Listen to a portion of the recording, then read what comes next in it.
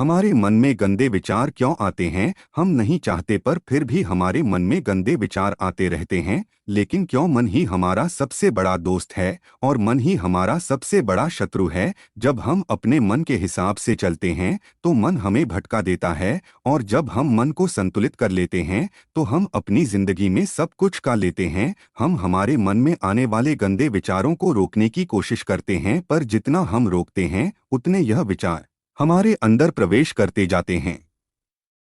आप जिस चीज से जितना दूर भागोगे उतना ही वह चीज आपको अपने पास लेगी, इसीलिए उसे चीज से भागो मत, उसे पर संतुलन कायम करो। एक बार एक युवक गौतम बुद्ध के पास आया और गौतम बुद्ध से बोला कि ही बुद्ध, मेरे मन में इतने गंदे विचार क्यों आते हैं? मैं नहीं चाहता कि मेरे मन में गंदे विचार आए, पर मेरे मन में हमेशा कामवासना के विचार चलते रहते हैं और मैं इनके के बारे में सोच सोच कर बहुत परेशान हूँ। मेरी ऊर्जा और समय यह सब सोचने में ही नष्ट हो जाता है, और इन सब के विचारों की वजह से मैं कभी भी शांत नहीं रह पाता और मैं हमेशा ही स्त्रियों को देखकर मोहित हो जाता हूँ, अपने आप को रोक ही नहीं पाता। बुद्ध मुस्कुराए और उन्होंने उसे युवक से पूछा, क्या तुम्हें पता है यह कामवासना होती क्या है? फिर लड़के ने उत्तर दिया और कहा, बुद्ध, में यह तो नहीं जानता कि कामवासना होती क्या है, पर हाँ, ये जो भी है बहुत बुरी चीज है। फिर बुद्ध ने उसे युवक से कहा कि सबसे पहले तो तुम यह समझना है कि प्राकृतिक रूप से जो भी चीज हमारे अंदर है वह बुरी नहीं है। हमारे जीवन में उसकी कुछ ना कुछ जरूरत है। वासना कोई बुरी बात नहीं है, यह तो हमारे मन की एक भावना है जो हमें किसी ना किसी चीज की कमी का एहसास करवाती है, और फिर हम उसे चीज को पाने के लिए उसे चीज की तरफ आकर्षित हो जाते हैं। जैसे अगर तुम्हारे पास धन की कमी है तो तुम में धन पाने की वासना उत्पन्न हो जाएगी। तो वासना कुछ और नहीं, बस एक प्रकार की कमी है जो कि एक प्रकार की जरूरत का एहसास है, और जब ये जरूरत शारीरिक हो तो हम इसे कामवासना का देते हैं। युवक ने गौतम बुद्ध को कहा कि बुद्ध, मुझे कामवासना का मतलब तो समझ में आ गया, पर आप मुझे यह बताइए कि यह हाथी कहाँ से है, कैसे आती है? यह गौतम बुद्ध ने कहा कि कामवासना कहीं से आती नहीं है, यह तो हमारे अंदर ही होती है, और इसका होना तो जरूरी भी है, तभी तो मानव जाति का विस्तार होगा। युवक ने कहा, जब यह हमारे अंदर ही है और जरूरी भी है तो फिर लोग इसे गलत क्यों बोलते हैं? बुद्ध ने कहा कि यही तो समस्या है, लोगों ने कामवासना को गलत तरीके से सोच लिया है, इसे छिपाने की दबाने की कोशिश करते हैं। कामवासना गलत नहीं है, बल्कि कामवासना का गलत तरीके से प्रयोग करना गलत बात है। लोग जिससे प्रेम करते हैं बस उसी के लिए जीने लग जाते हैं, उसे पाना ही अपना लक्ष्य बना लेते हैं और उसी के बारे में हमेशा सोचते रहते हैं, पर यह सब गलत है। बुद्ध ने योग से कहा, क्या तुम्हें पता है जानवरों में भी कम वासना होती है? युवक ने उत्तर दिया, हाँ बुद्ध, जानवरों में भी काम वासना होती है, क्योंकि जानवर भी तो आखिर अपनी पीढ़ी को आगे बढ़ाएंगे। बुद्ध ने कहा, तो फिर हम जानवरों की कामवासना को गलत क्यों नहीं कहते? युवक ने कहा, मुझे नहीं पता महात्मा, आप ही मुझे बताइए। गौतम बुद्ध ने कहा कि जानवर अपनी कामवासना का प्रयोग आनंद प्राप्ति के लिए नहीं करते, वह तो सिर्फ संतान उत्पन्न करने के लिए कामवासना का उपयोग करते हैं। जानवरों को प्रकृति ने इतनी समझ नहीं दी कि वह कामवासना को अपने सुख का आधार बना सके, जबकि मनुष्य अपनी समझ के बलबूते पर प्रकृति में पाई जाने वाली प्रत्येक वस्तु को अपने सुख के लिए अपने प्रयोग करता है। हम इंसानों ने ही कामवासना को अपने सुख का साधन बना लिया है, जबकि प्रकृति ने तो हमें अपने वंश को आगे बढ़ाने के लिए दिया था, लेकिन इंसानों ने इसे अपने जीवन का परम लक्ष्य बना रखा है, और इस तरह से कामवासना का बेलगाम हो जाना गलत है। युवक ने मुझसे पूछा, महात्मा जी, ये कम वासना हम पर हावी क्यों होती है, क्यों यह बेलगाम हो जाती है? एक आश्रम में गुरु और उनके शिष्य रहा करते जिससे रोजाना आश्रम के बाहर स्थित गांव में दीक्षा लेने के लिए जाते उसे आश्रम का एक शिष्य जिस गांव में भिक्षा लेने जाता था उसे रास्ते में एक नदी पद्धति थी जिससे रोज उसी रास्ते से भिक्षा लेने जाता था। एक दिन उससे ने देखा कि एक लड़का पेड़ के पीछे छिपा है। वह उस लड़के के पास गया और उससे जाकर बोला, भाई तुम इस पेड़ के पीछे छिपकर क्या देख रहे हो? लड़के ने कहा, अरे तुझे नहीं दिख रहा क्या कि मैं क्या देख रहा हूँ? तब साइज ने नदी की तरफ देखा तो वहां पर कुछ लड़कियां पानी भर रही थी। वो लड़कियां 14-15 साल की होगी। तब से ने उसे लड़के से कहा, अरे भाई वहां पर तो लड़कियां पानी भर रही हैं, इसमें छिपकर देखने वाली क्या बात है? तब वो लड़का शीशे की तरफ देखकर उससे कहता है, अरे पागल तुम्हें दिखाई नहीं दे रहा क्या कि कैसे यह परियां नदी से पानी निकल रही है? जरा उनकी अदाओं को तो देखो, उनके कोमल शरीर को देखो, उनकी पतली कमर मटके को उठाते समय बाल खाती है और उनके बाल उनकी कमर पर कैसे लहरा रहे हैं। और जब वो छिपकर उन लड़कियों को देख रहा था तभी वो अचानक अंदर से कौंप गया और उसने कहा कि ये मैं क्या कर रहा हूँ, मैं जो कर रहा हूँ वो सही नहीं है, मुझे यहाँ से चले जाना चाहिए। और फिर वह जल्दी से वहाँ से चला गया। वो आश्रम पहुँच जाता है। आश्रम जाकर वो अपने कार्यों में लग गया। लेकिन जो अभी वह देखकर आया था वही उसकी आंखों के सामने बार बार आ रहा था। उसके मन में वही दृश्य चल रहा था। उसका मन वही सब कुछ देखने के लिए लड़ाई हो रहा था। उसका किसी भी काम में मन नहीं लग रहा था। सुबह होते ही वह रोज जल्दी ही भिक्षा के लिए आश्रम से निकल जाता और उसे नदी के पास वाले पेड़ के पास जाता जहां पर वह लड़का पहले से मौजूद रहता था। उसके साथ मिलकर लड़कियों को छुप छुप कर देखता था। अब वह इससे रोज ऐसा करने लग गया। यह उसके रोज का काम हो गया। अब उसे शिष्य का मन किसी भी काम में नहीं लगता था। वो हमेशा ही किसी न किसी प्रकार के विचार में उलझा रहता। वो आश्रम के कार्यों को भी ठीक ढंग से नहीं कर का रहा था। ना वो ठीक से सो पाता था, ना वो ठीक से खाना खा पाता था। उसका मन बेचैन सा रहता था। उसका मन बार बार उन लड़कियों के सौंदर्य को देखने के लिए लालायित हरता था। जब गुरु भिक्षा देते तब भी उसे हिस्से का मन कहीं और विचारों में खोया रहता था। गुरु ने अपने शिष्य की इन हरकतों को बांप लिया था। तब एक दिन गुरु ने शिष्य को अपने पास बुलाया और कहा कि आज से मैं भी तुम्हारे साथ भिक्षा मांगने चलूंगा। तुम और मैं साथ साथ भिक्षा मांगने चलेंगे। तभी सृजन गुरु को माना करते हुए बोला, नहीं गुरुदेव, आप परेशान क्यों हो रहे हो? मैं अकेला ही ठीक से भिक्षा मांग सकता हूँ। गुरु ने शिष्य से कहा कि ठीक है, तुम अकेले ही भिक्षा मांगने जाओ। जिससे तुरंत वहां से भिक्षा मांगने के लिए निकल गया। हिस्से को जाने के बाद गुरु भी आश्रम से निकल गए और शीशे का पीछा करने लगे कि वो कहाँ जाता है, किस मिलता है। यह सब देखने के लिए उसके पीछे पीछे चलने लगे। थोड़ी दूर जाने के बाद गुरु ने देखा कि उनका शिष्य एक लड़के के साथ एक पेड़ के पीछे अपराधी की तरह छिपा हुआ है और छिपकर कुछ देख रहा था। गुरु भी अपने शिष्य के पीछे जाकर खड़े हो गए कि आखिर उनका शिष्य क्या देख रहा है, जिसे देखने के लिए वो पेड़ के पीछे अपराधियों की तरह छिपा पड़ा है। गुरु ने देखा कि उनका शिष्य पेड़ के पीछे छुपकर लड़कियों को देख रहा था जो कि नदी से पानी भर रही थी। तभी गुरु ने शिष्य को कहा कि तुम क्या देख रहे हो? अपने गुरु की आवाज सुनकर वह इससे घबरा गया और उसके पसीने छूटने लगे। वह थर-थर कांपने लगा जैसे किसी चोर को चोरी करते समय रेंज हाथों पकड़ लिया हो।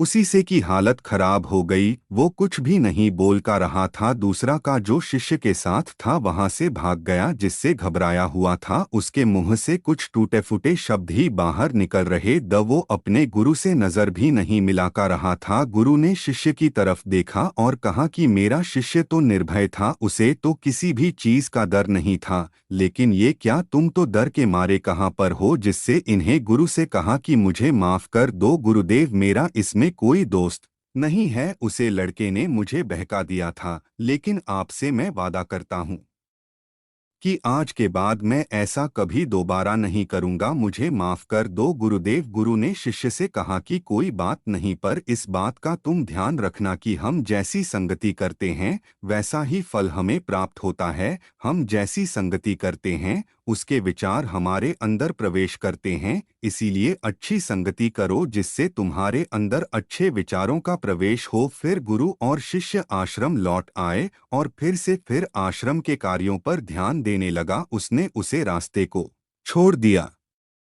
और दूसरे रास्ते से जाने लगा। वो अपने काम को ध्यान से करता, लेकिन धीरे धीरे उसके अंदर क्रोध उत्पन्न हो गया और फिर वो दूसरे हसन पर क्रोध करने लगा और बेचैन देने लग गया। अब वो सही समय पर भोजन भी नहीं करता था, वो भोजन भी बहुत कम खाता था। एक रात गुरु शीशे के पास आए और उसे बोले कि अब तक तुमने कितनी बार अपना वादा तोड़ दिया। यह सुनकर शिष्य अपने गुरु के चरणों में गिर गया और रोने लगा। रोते रोते ही उसने गुरु से कहा कि गुरुदेव, मैं कहीं बार अपना वादा टूट चुका हूँ, फिर वादा कर लेता हूँ, लेकिन हर बार मैं वादा तोड़ देता हूँ। मेरा मन मेरे नियंत्रण में है ही नहीं। मैं बहुत कोशिश करता हूँ कि मैं अपने मन से सारे बुरे विचारों को निकल डन, लेकिन मैं चाह कर भी ऐसा नहीं कर पा रहा हूँ। फिर गुरु ने शिष्य को कहा कि चलो मेरे साथ। गुरु शिष्य को आश्रम के बगीचे में लेकर गए और किसी से कहा कि देखो, यहाँ पर कुछ या बनी हुई है जिससे नदी का पानी इन पौधों तक आ रहा है और यह पानी एक निरंतर भाव से ए रहा है।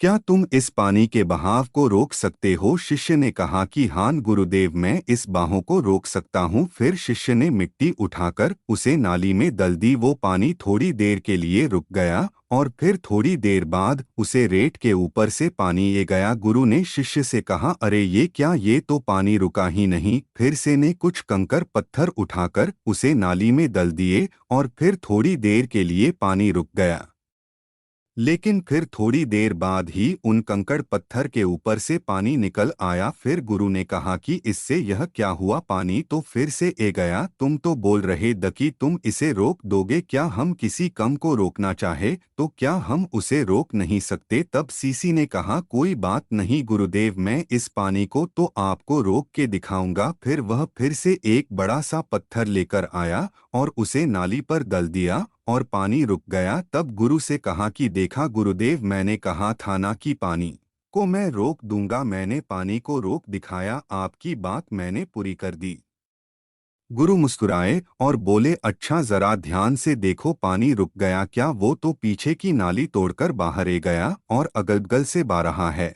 और ध्यान से देखो, इस पत्थर की आगे भी ए गया और ये पानी अपना रास्ता बदलकर फिर से आगे की तरफ बह जाएगा। और फिर थोड़ी देर बाद ऐसा ही हुआ। फिर गुरु ने शिष्य को समझाया कि तुम्हारे साथ भी तो ऐसा ही चल रहा है। तुम बार बार प्रयास कर रहे हो, बड़े से बड़ा प्रयास कर रहे हो, पर हर बार तुम्हारा प्रयास टूट रहा है और यह हमेशा टूटता ही रहेगा। तुम कितना भी बड़ा पत्थर रख लो, लेकिन पानी अपना रास्ता बना ही लेगा। यह सब देखकर गुरु से कहा कि ही गुरुदेव, क्या कोई तरीका नहीं है जिससे मैं गंदे विचारों से बाहर निकल सकूं? और यह मेरे मन में आई नहीं। गुरु शिष्य को एक नदी के पास ले गए जहां से उसे बगीचे में पानी नहीं आ रहा था। गुरु ने शिष्य से कहा, वो पानी इसी नदी से जा रहा है। अगर हम यहीं से उसे रास्ते को बंद कर दें जहां से पानी बगीचे में जा रहा है, तब क्या हम पानी को रोक नहीं सकते? जिससे ने कहा कि हाँ गुरुदेव, अवश्य ऐसा हो सकता है।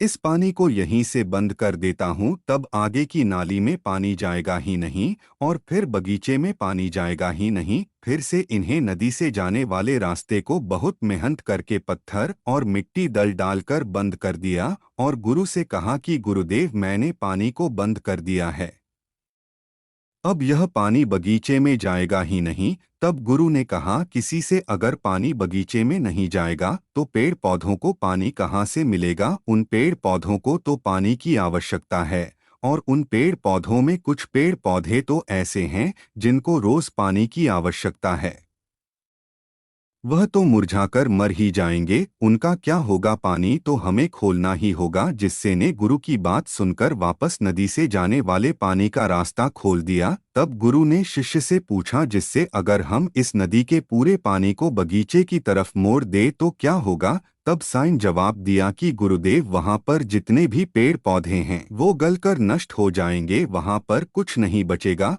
फिर गुरु मुस्कुराए और बोले, तुम इस बात को समझो कि हमें किसी भी चीज को रोकना नहीं है, बस हमें हमेशा संतुलन बनाए रखना है। कम पानी से भी पौधे नष्ट होते हैं और ज्यादा पानी से भी पौधे नष्ट होते हैं। हमारा जीवन संतुलन से ही चलता है। गुरु ने शिष्य से कहा कि अगर मैं तुम्हें कुछ कहूँ कि तुम आम के बारे में मत सोचो तो तुम्हारे मन में सबसे पहले किसका चित्र आएगा? शीशे ने कहा कि गुरुदेव, मेरे मन में तो पहला चित्रा आम का ही आएगा। गुरु ने कहा कि जब हम गंदे विचारों को जबरदस्ती रोकने का प्रयास करते हैं तो वह और मजबूती के साथ हमारे अंदर प्रवेश करते हैं, हमारे अंदर उठाते हैं। इसीलिए हमें उन्हें कभी भी दबाने की कोशिश नहीं करनी चाहिए। फिर गुरु ने शिष्य को जाते हुए कहा कि हमारे गंदे विचार बुरे लोगों की संगति करने की वजह से भी आते हैं। कई बार क्या होता है कि कामुकता हमारे अंदर होती नहीं है, लेकिन कुछ अश्लील लोगों के साथ रहने की वजह से ये हमारे अंदर हावी हो जाती है। फिर शिष्य ने कहा कि गुरुदेव, आप सही कह रहे हैं, मैं अपने मार्ग से भटक गया था। फिर वो शिष्य उसे रात बहुत ही चैन की नींद सोया, सुबह अपने कार्यों को पूरे मन से किया और फिर सुबह वो भिक्षा लेने के लिए उसी रास्ते से गया जहां वह लड़का आज भी पेड़ के पीछे छुपकर उन लड़कियों को देख रहा था। वो शिष्य नदी पर गया जहां वह लड़कियां पानी भर रही थी। उसने उन लड़कियों से पानी मंगा। उन लड़कियों में से एक लड़की ने उसे पानी पिलाया और उसे सन्यासी शिष्य के चरण छुए। शिष्य ने उसे आशीर्वाद दिया कि तुम्हारा कल्याण हो, जिससे का मन सकारात्मक ऊर्जा से भर गया। उसके चेहरे पर मुस्कान आ गई थी, जैसे कि उसे कुछ खोया हुआ वापस मिल गया हो। वह वापस अपने रास्ते से जाने लगा। तभी पीछे से वह लड़का आ गया जो पेड़ के पीछे छुपा हुआ था। वह शीशे के पास आया और बोला कि क्या बात है, आज तो तुमने नजदीक से दर्शन कर लिए, तुम तो मुझसे भी आगे निकले। तब शिष्य ने कहा कि हम हमेशा दूसरे के दर्शन करने में ही व्यस्त रहते हैं, अपने दर्शन कर ही नहीं पाते। तुम कब तक इस पेड़ के पीछे छुपाते रहोगे? किसी को पसंद कर लो, उससे बोल दो। अगर वो भी तुम्हें पसंद करती है तो शादी कर लो और उससे पहले तुम कुछ बन जाओ। अपने आप को पहचान लो, ऐसे अपना समय बर्बाद मत करो। फिर वह लड़का रोज उससे मिलने लगा और उसे लड़के ने नदी पर जाना छोड़ दिया। और फिर वो लड़का अपने जीवन में कुछ बनने के लिए संघर्ष करने लगा। तो तुमने देखा संगति का असर क्या होता है। अपनी संगति बदलो, अपने विचार बदलो। बुद्ध ने युवक से पूछा कि क्या तुम्हें तुम्हारे सारे सवालों का जवाब मिल गया? तब युवक ने कहा कि हाँ महात्मा जी, आपका बहुत बहुत धन्यवाद। तब गौतम बुद्ध ने युवक से कहा कि जब तुम्हारे मन में गंदे विचार आए तब आप अपने आप को दोषी मत मानो। यह शरीर है और यह सब इसने हजारों वर्षों से सीखा है। एक केवल तुम्हारे सोच लेने से, शपथ लेने से ये टूटने वाला है नहीं, लेकिन तुम्हारे पास वो शक्ति है, वो ऊर्जा है जिसका तुम्हें संतुलन उपयोग करना है। तुम एक जीवित ऊर्जा हो जो कुछ भी अनुभव करने के लिए स्वतंत्र है, जो निर्माण करने के लिए स्वतंत्र है। इसीलिए तुम अपने आप को पहचानो। यह बोलकर गौतम बुद्ध मोहन हो गए और वो युवक वहां से चला गया।